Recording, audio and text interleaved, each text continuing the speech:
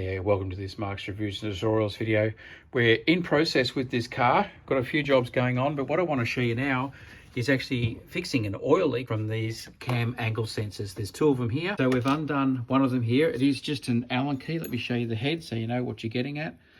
An Allen key to undo that. Just one, then pull it down, and then that is the cam angle sensor. And these normally are pretty grotty. That's actually not too bad at all. We're just going to give that a clean up, give it a hit with some carby cleaner, and then put it straight back in again. And the other one is right there. Same thing. We'll just undo the one bolt, pull him out, give him a clean. No. So there we go. I didn't even bother to unplug the clip. It kept it in place for me.